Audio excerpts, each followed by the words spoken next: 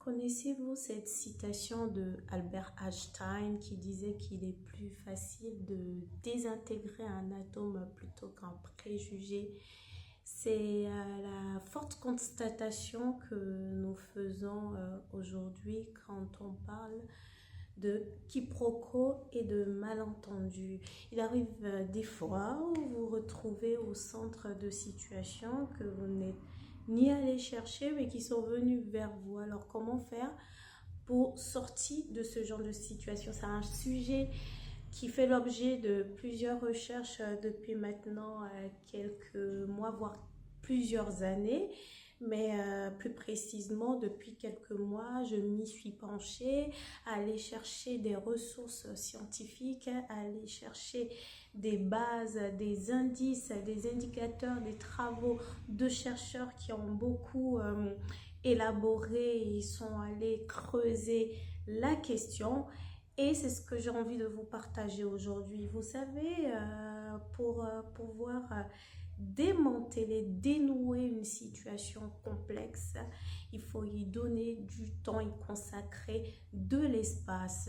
Bien sûr, un espace neutre, un espace qui donne envie, confiance pour s'exprimer, pour parler. C'est pour cela, lorsque vous êtes dans des situations compliqué, complexe, c'est important de prendre son souffle et de dire je vais y réfléchir et je laisse de l'espace que pour régler, pour aller en solution de cette étape qui bien entendu n'est qu'une épreuve.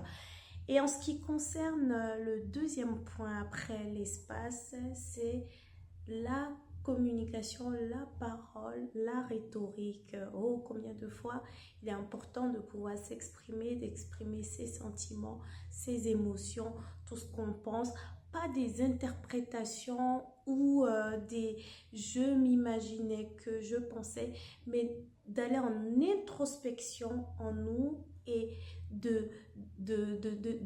d'essayer d'aller naviguer à l'intérieur et se poser la question, qu'est-ce que je ressens? Qu'est-ce que cette situation a réveillé en moi indépendamment de tout ce qui se passe autour des avis des gens? Qu'est-ce que je ressens au plus profond de mon être? Est-ce de la tristesse? Est-ce de la frustration? Est-ce de la révolte? Est-ce un autre sentiment sur lequel je peux poser un nom?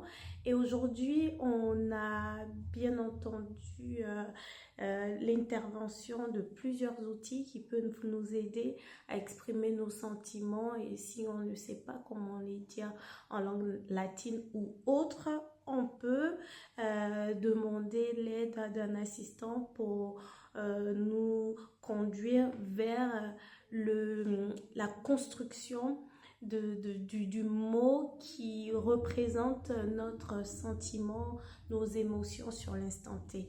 Le troisième élément après la rhétorique, la parole, c'est l'écoute. Ouh là là, combien de gens savent parler mais ne savent pas écouter. Ce n'est pas naturel. Écouter, pour certains, il faut beaucoup de travail, c'est-à-dire être dans l'attention de la personne qui nous parle sans la couper. Le quatrième élément, c'est le respect, c'est-à-dire qu'on est dans un environnement qui est safe, un environnement où on peut parler avec ou sans intermédiaire. Alors on exprime ses sentiments, on écoute l'autre, mais dans le respect. Dans le respect, pourquoi? Parce que on veut aller vers la recherche de solutions, dans un équilibre qui est juste. Et pour cela, il faut être posé. Quand on écoute avec bienveillance, quand on parle avec bienveillance, notre interlocuteur est plus apte à nous écouter. Donc, le respect est capital dans la recherche de solutions avec pour outil la communication non violente. Je vous remercie et j'espère que cette petite capsule de vidéo vous aidera pour la suite de votre aventure, surtout si vous passez une étape de votre vie où vous êtes amené à trouver des solutions en situation conflictuelle. Je vous dis merci, passez un bon week-end et prenez soin de vous. Surtout, gardez votre paix.